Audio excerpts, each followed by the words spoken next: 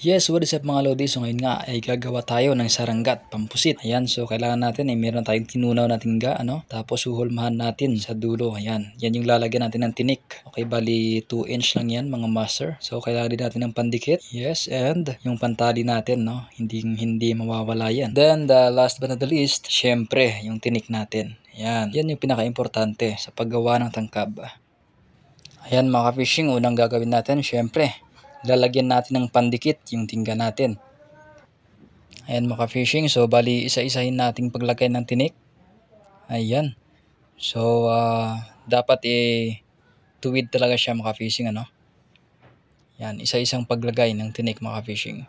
So bali ganyang proseso lang mga fishing, hanggang sa matapos natin paglagay lahat ng tinik. So bali hindi ko na bilang kung ilang tinik yung nalagay ko mga fishing, So ganun, ulit-ulitin lang natin mga fishing hanggang mapuno. So ito na siya.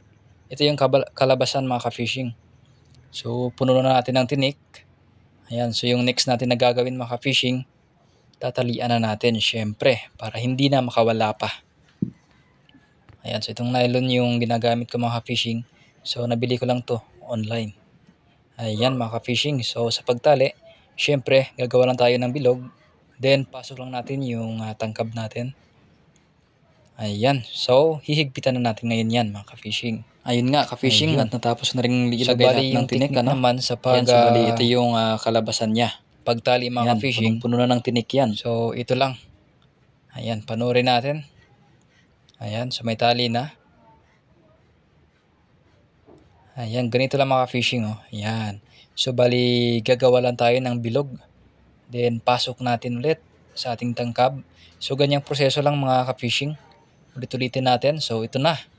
Tapos na nating talian mga ka-fishing. Ayan. Yan mga ka-fishing. Ayan. Natalian na natin yan. So yung next natin na gagawin mga ka-fishing, bali lalagyan natin ng pandikit yung tinalian natin mga ka-fishing para hindi talaga makawala ba. Ayan. Para kapit na kapit yung tinik natin. Pati yung nylon na ginamit natin mga ka-fishing. So lagyan natin yung lahat yan, lagyan natin. Pagkatapos, syempre patutuyuin natin ng mga ka-fishing, Ayan, patutuyuin lang natin ng mga 2 to 3 minutes. So okay na yan, tuyo na yan.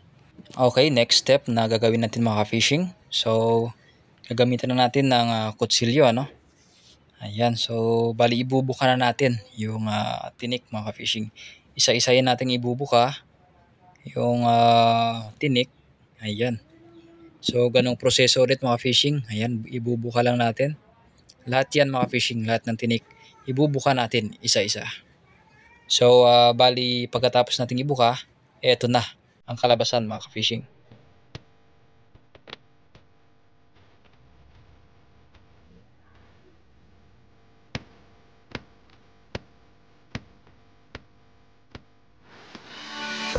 Bali ito na pala yung kalabasan mga ka-fishing. So pasensya na at hindi ko na review kung paano natin na tinupi yung mga tinik. Subscribe for more. Abang-abang.